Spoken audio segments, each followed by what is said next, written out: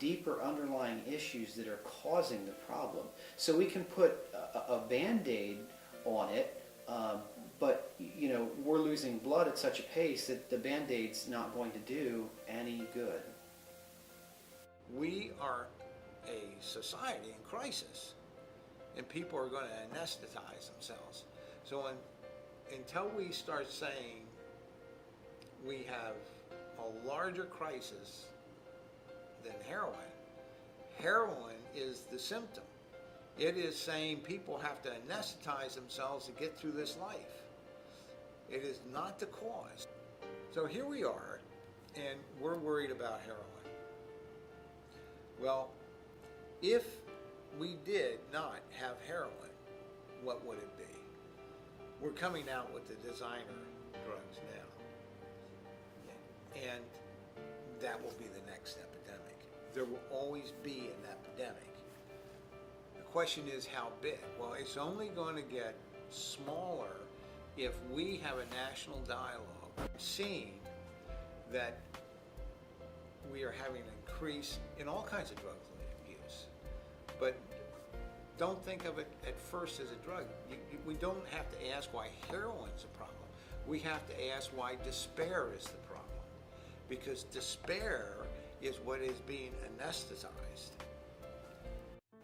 Tanner, I'm from Central Pennsylvania. Why are you here today? To speak on my addiction. What addiction is that? Heroin addiction.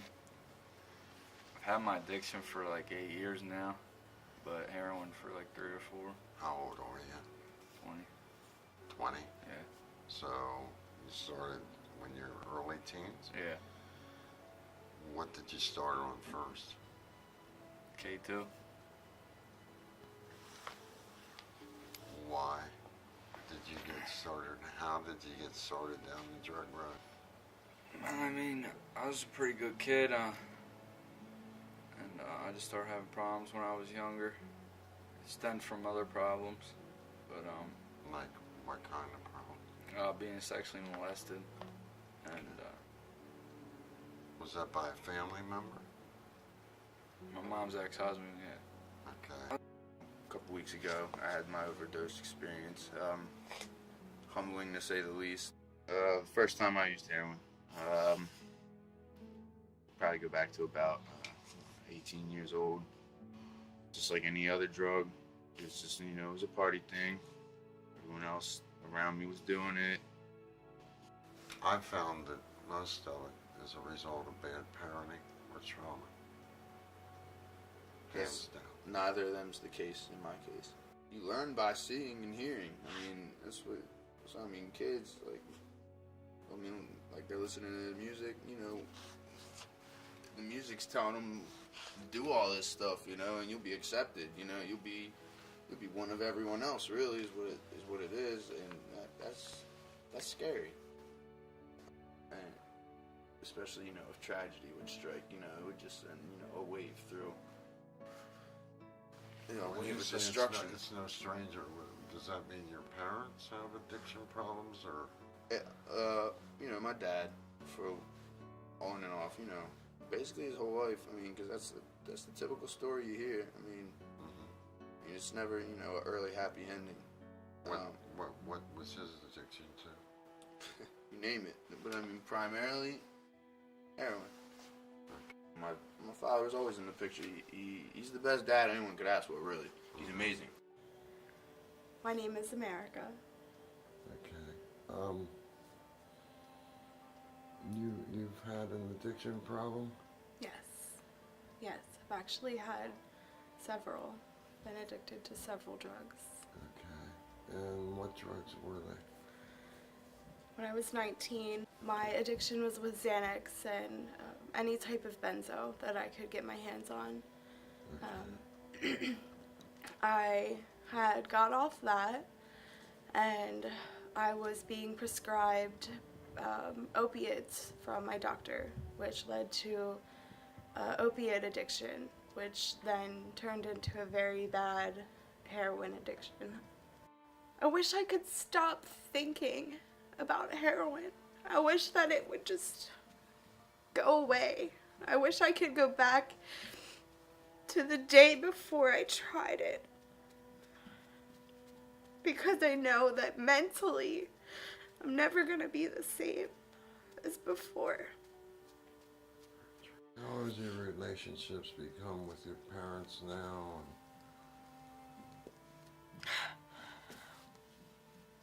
We don't have one.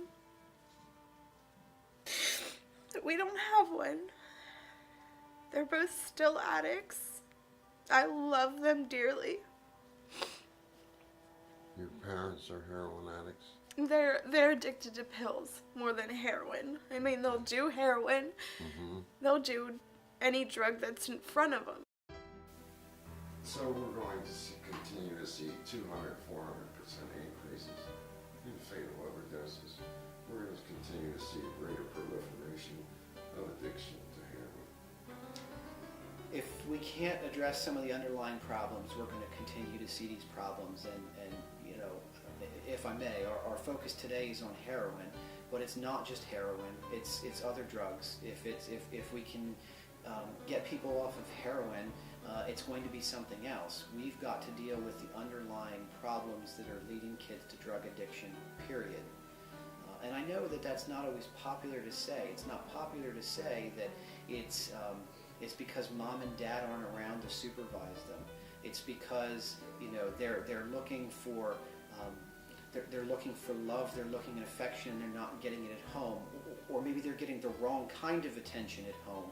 There are so many things that lead to the use of heroin, but we've got to start to look at those underlying problems and deal with them in a substantial way, not deal with them in a way that you know, just addresses the topical issue.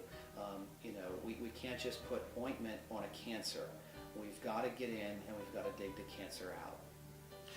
Eventually I tried it, did the whole cigarette smoking too, and it just started from there, you know, here and there, and it just got worse and worse, progressed. You want to describe worse and worse? It went from, alright, like I used to play soccer, and it went from me smoking and drinking maybe once every couple weeks to every weekend. I stopped going to soccer. I thought I was missing out on it. I started having friends come to the house all the time. And this whole time my mom had no idea that that's what I was doing. How's that possible? What I did was I basically hid behind my sister. When she was doing what she was doing, I was able to kind of like sneak by. Every time she went out to smoke a cigarette, I just said I was out there sitting with her when I was really smoking with her. So I was able to kind of hide it from her for a while. So. Did your mom know that your sister was doing things? Yeah, she did. Through that age, she she also got worse and into other things. We've had the cops at our house because of her. She's tried to kill herself. We had ambulances at our house. She was sent to psych ward. I mean, she used to come after me with like forks and knives, and it was just constant chaos with her. So I was able to basically sneak by like I wasn't even doing anything wrong. Yeah. My parents split up when I was probably like 2 or 3 years old, and my dad, he's a very like selfish, for better lack of words, bastard. But he like, I don't know how to explain it. He was not just physically harming me, but mentally, like, really bad. Like, I'll just give you one example. Like, this just happened out of nowhere. He thought me and my sister loved our mom more than him. We had a room fixed up in the basement, and he made me go down there, and he yelled down to me, "Now you can stay down there until you rot." And this was at like the age of like 7. You know what I mean? He just did stuff like this all the time. Like, we had to finish our meals and our plate, you know, maybe before we could leave the table. Well, at this time I had a stepsister. She's no longer my stepsister anymore. And she ate everything, and she ended up puking on her plate. And then he said, "Now you can eat that." And she was literally about to take a bite, and my stepmom came in. So, like, he was just twisted. What was his problem? I don't even know. He doesn't have any drug problems. Is this your biological father? My biological father. He did. My mom did tell me that he did have, you know, anger issues and stuff like that growing up. But You think? yeah, right. But I mean, nothing I can pinpoint. But he was always the type of person that no matter what I did, it was not good enough. We'd play games together, and if I didn't win and I was on his team, like, he'd get mad at me. You know what I mean? I mean, I got paddled for everything and anything. If I broke something, dropped something, it was all bad. Like, I literally was walking on eggshells. So that's just kind of the mindset I grew up with, that anything I did had to be perfect or I shouldn't even do it at all. So, Was there any molestation? mm-mm. Or did you ever try to commit suicide? You ever I've cut never tried to yourself? commit suicide, but yes, I was a cutter. I actually learned that from my sister. I mean, from my arms, my legs, and that happened up until like 2 years ago was probably like the last time that I did something like Your that. ex- My mom remarried, and she remarried a guy that was in the army. So he was very like in your face, you know what I mean? Had to be in everything. Drill sergeant? Yeah, pretty much. You know, besides that, like, I mean, I remember him dragging me and my sister up by our hair to our rooms if we didn't go to our room. And, like, he never hit me, but I've seen him punch my sister in the face, slam her head on marble counters, push over my mom to get to her. And this would all happen because my mom and my sister were arguing. So he would get involved. Like, I'll always remember the one night when he was going after my sister, and I grabbed the phone and I sat in a corner crying my eyes out, debating whether or not to call 911 because I didn't know if my mom would get mad at me or not. And it never did. And I told her this, and she's like, "Oh, you know, it's okay. He's not going to do anything, even though he just did." How long were you using and what were you using? On and off since I was 12. Everything. I've tried absolutely every drug you can think of at least once. So, started alcohol and weed, Special K, ecstasy, acid, cocaine, heroin, pills, everything. And why started you down that road at 12 years old? I want to say I was lonely. You know, growing up alone and not really having, like, my mom was into her addiction, into her men and stuff, and I had nobody. And I didn't have friends because we moved a lot, like 14 times over like a 7-year period is a lot of times, you know. A lot of different school systems. I wasn't allowed to do sports and do extracurricular activities. One, because my mom couldn't afford it, and two, because I had heart issues. So I was always the outcast, and I was a little heavier when I was younger. So I felt like once I learned about drugs a little bit and knew what people were doing, I started doing them and stealing them. So now I had my own drugs. I was able to get friends because I was supplying the weed. I was supplying the alcohol.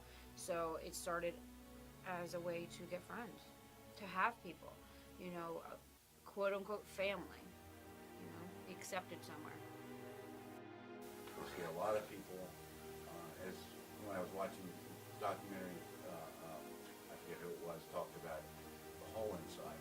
Mm-hmm. You see so many people empty inside. And that's what really heroin is. You're almost like a walking dead person. Correct, You're correct. a zombie. And when you come to, there's this, I mean, it's a big hole. Because heroin is an addiction that's a complete lifestyle as well as the drug itself. So, you know, you need to fill that up, you know. So the heroin is filling that hole up. That's right. Yeah, that's right. And while it's filling that up, it's creating a bigger hole at the same time, Exactly. like a cancer. Well, more, you know, it means all the baggage of the past, like you talk about, you know, physical and sexual abuse and whatever, then it creates more. Police departments like here in York City that get it, and they realize that child abuse is the biggest cause of what's driving this epidemic. I don't know, it starts with a dialogue, you know, as I was saying before, like race is something that is very uncomfortable to talk about. Mm-hmm. It's uncomfortable for the individual who's the victim to talk about, you know. Well, as you've seen, I've been able to get a lot of them to Yes, talk. you have, and that's to be commendable. But a lot of people just don't want to talk about it. They want to bury their heads in the sand, you know, about it. You And until we, as a society, want to have an honest dialogue about it and how it, it's one of the causes that leads somebody to, any kind of drug, then we're still gonna not do anything about it. We're still whistling in the graveyard. Yeah. I wanted to write even back then, and my English teachers, who I was closer to than the rest, they kept noticing changes. I started drawing on myself with Sharpie, lyrics, things that kids do when they're depressed. I started talking about how I didn't want to be here anymore, things like that. And I had had a bad experience with the first person I dated at around the same time. At 13? Yeah, at 13. Right after my birthday area, I had a really bad experience, and that kind of snowballed because I didn't have my mom there to talk to. I didn't think I had anyone to talk to. I cut all my hair off. About that experience? A little. I haven't quite yet gotten everything back, memory-wise. But when I was younger, my dad was at work, I used to have this boyfriend, and he lived in the same town my mom did, so when I moved away, I didn't get to see him that much. So one time I decided, hey, I'll bike there, which was about 20 miles. A lot of it was uphill. And that day it was raining. I remember thinking that was kind of funny later on, considering what happened, that it was raining so hard, it was almost like I shouldn't have gone there. And I got there, and his parents weren't home. His mom wasn't home. How old was he? He was a few years younger than me. He was about 16 at that point. And, I got there, and he was the only one home. He was, I guess, what you would call sexually more mature than me, because he was older. I was only 13. I wasn't big into, I didn't know anything about relationships yet. It was my first one, really, so I didn't think anything of it. And, when boys are younger like that, they tease you and they flirt and they push things, which really, I say it like that, but it's not really acceptable because of how it turns out most of the time. But, he took it too far, and he really fucked me up, and I don't know if he knew at the time what he was doing. I mean, of course he did. He was 16. He's a person. He knew what he was doing, and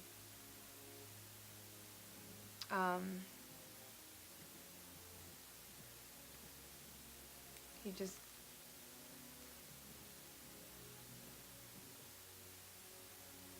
there's a thing I learned called repression, and that's what I did afterwards. It's something that you do when you go through a traumatic experience. So I didn't remember really what had happened for a while after that, maybe about a year, because it was so violent. I didn't ever tell my parents. I didn't tell anybody for a long time. My parents still don't know what happened. I told my dad that he hurt me, that he was abusive, but that's all I could really stand to tell him, because no parent wants to hear that. Even though if you look at the statistics and you know that the statistics are even lower than what actually is real, then it happens to almost half of girls my age, even younger. But that was another thing, and it happened around the same time that she left, so everything kind of snowballed into this place where I didn't know where to go or what to do. So I just switched, and I stopped talking. I didn't know what to do. I I didn't know who to talk to, so I didn't. And I lost a lot of my friends because of that. They didn't know what was going on. They just thought I was, you know, I just didn't like them anymore. I didn't want to talk. I didn't want to do anything. I was angry all the time. I was sad. I spent a lot of time alone. I spent a lot of time in my room with earphones on. I didn't want to hear anything. I just listened to music that I wanted to listen to, and so they kind of just stopped talking to me after a while. And then I moved in with my dad, and he saw that too, and he didn't know why. I mean, he knew part of it was because of my mom, which is understandable, but he couldn't understand why he couldn't do anything to help me. He didn't get it. And I think it's because he was expecting this to happen, with my mom, that is. He knows her really well, and I guess that he actually had been waiting for that to happen for a long time. So I guess it didn't surprise him when it did. Put the big girl panties on, and just to move on from what happened. I mean, not saying you gotta forget about it, but you can't just let it hold on to you forever. Sometimes you just gotta shake it off. And, you know, it does hurt, you know, knowing that girls went through the same thing that I went through, rather What is that same thing? being molested, whether it was by, you know, family members or people that they didn't know. I know it hurts. It's still sometimes when I want to cry, you know, and just go off. But it's other times when I just be like, you know, it happened, and, you know. How many girls does that happen to? A lot. It's a lot of girls that it happened to. Like 75% of girls that I know has either been raped or molested by a family member, by a friend's family member, and it's sad, but, you know, you can't take that. You can't take it back. That girl went through hard things in her life, and, you know, for you actually putting it out there to say, you know, this is what she did, and this is what happened to her to lead her to that, and then people just come out of nowhere and just, you know, say the nasty, hateful things that they say. It's like, you know, girls wouldn't go through this if y'all would just pay attention to them. If family members would pay attention to them, you know, you could see it. It's not hard. It's not hard to see that somebody's been molested or raped. It's not hard. You could see it. You really can. And it's like me happening to me. You know, I could see it with any female. Even if they don't say it, I could see it. Not just because it happened to me. It's because you could see how it destroys a person. You could just, like, you could see when a person that just goes into their shell and is depressed and doesn't want to do anything. You could just see, like, they're destroyed. And they turn to drugs because they're destroyed about what happened, and they don't want to think about it. But they still don't understand that even when you turn to drugs, when that high wear off, oh, you're back to thinking about what happened to you. And it doesn't matter who it is. I mean, you know, some people don't turn to drugs. You know, some people turn into alcoholics, or they turn into potheads. You know, it's just like, you know, it's not all about, you know, why they do it. Well, it is all about why they do it. You know, it's just that people don't look at the background of it. You know, they be like, oh, well, she didn't report it. Some people don't. I didn't. I didn't report it. You know what I did? I started drinking. I started smoking. I started getting wild. My brain was mixed up. And then I started getting into deep depression. And I could understand why females do that, because they just feel like somebody's going to judge them. That's why all that hateful stuff that people write, I try not to, you know, comment on it and, you know, feed off of it. But it pisses me off, because it's like some of you bastards out there, it just, you don't see what we're going through. You don't see why he's publishing the things that he's saying, because y'all didn't live, y'all don't have to live the life that we went through. And, you know, some people that might, you know, comment on it might be the people that got raped or molested, and they look at you like, oh, well, you're a pervert for putting it out there. No, he's trying to save another life. It's about putting a story out there to save somebody else that's going through it. For they could read about it and be like, you know what? Let me stop doing these drugs. Let me actually, go and get help and talk to somebody about it. Let me do something instead of, getting high. It's bad. It's bad for us. Any drug is bad. You see a lot of girls using drugs. Yeah. I see nowadays, I see girls using pot, but I'm seeing more heroin than pot nowadays. I ask myself why these young pretty girls is using heroin. It shocks me. It does. It shocks me. It's even males that use heroin that you could tell that something happened to them. It's not just females, it's males too. But But you think there's a contributing factor that made them turn to drugs? yeah.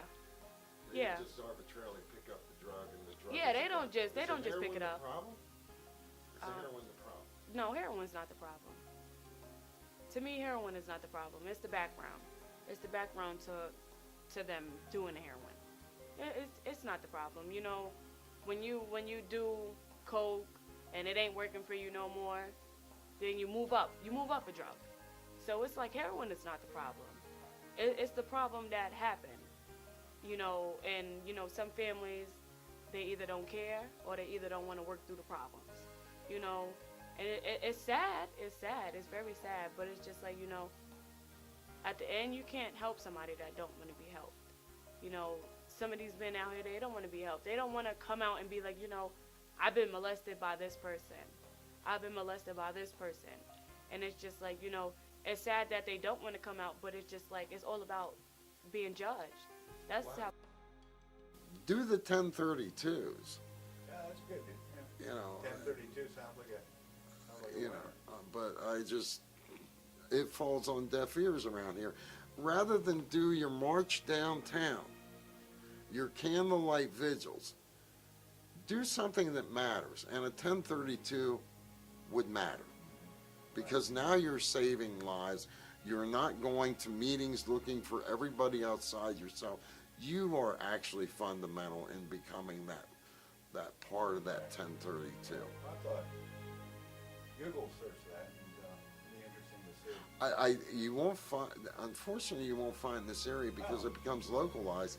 Okay. Google, but just the concept of it, it's not a master brainer here to do this. It's happening out.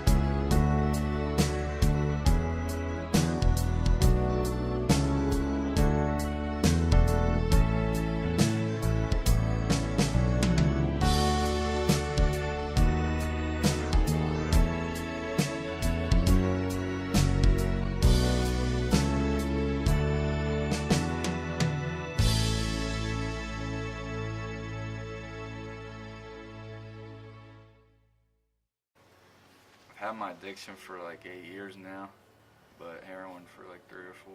How old are you? 20. 20. Yeah.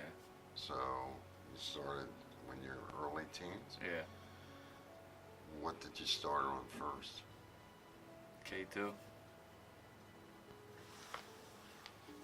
Why did you get started? How did you get started down the drug road? I mean, I was a pretty good kid, and I just started having problems when I was younger. It stemmed from other problems, but Like what kind of problem? being sexually molested, and Was that by a family member? my mom's ex-husband. Yeah. Okay. A couple weeks ago, I had my overdose experience. Humbling to say the least. First time I used heroin. Probably go back to about 18 years old. Just like any other drug, It's just, you know, it was a party thing.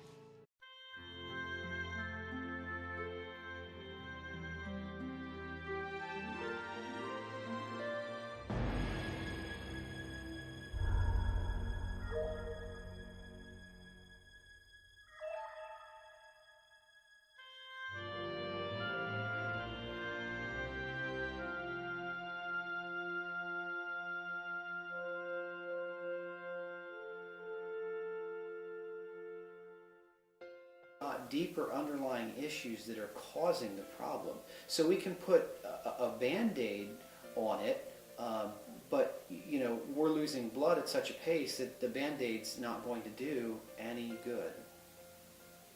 We are a society in crisis, and people are going to anesthetize themselves.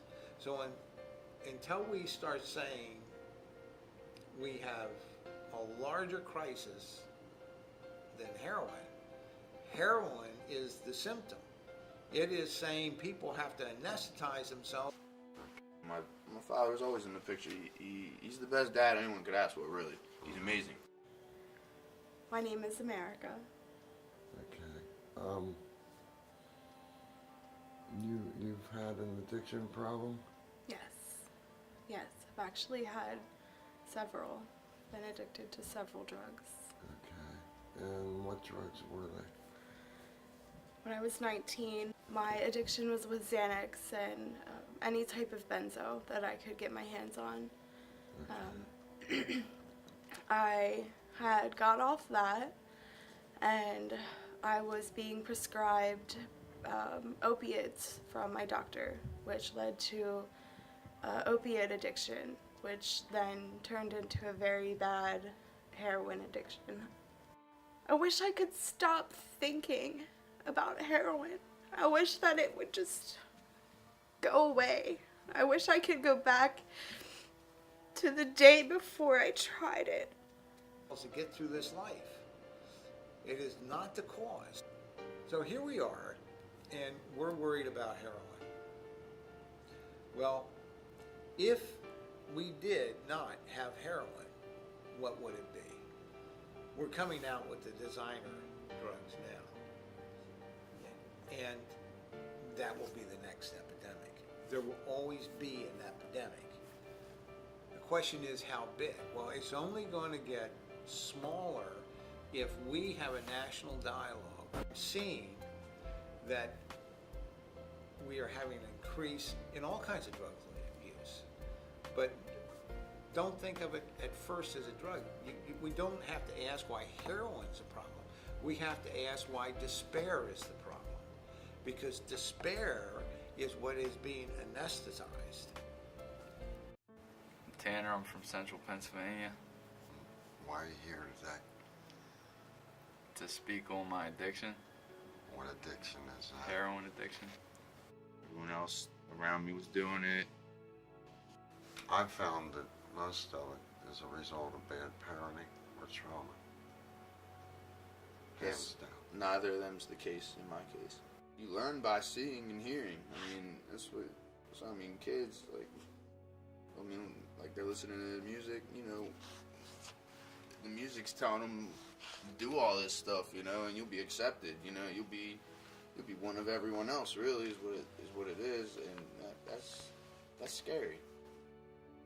And especially, you know, if tragedy would strike, you know, it would just send, you know, a wave through. You know, When you with say destruction. it's no stranger, does that mean your parents have addiction problems, or? You know, my dad, for on and off, you know, basically his whole life. I mean, because that's the typical story you hear. I mean, it's never, you know, an early happy ending. What was his addiction to? You name it. But I mean, primarily heroin.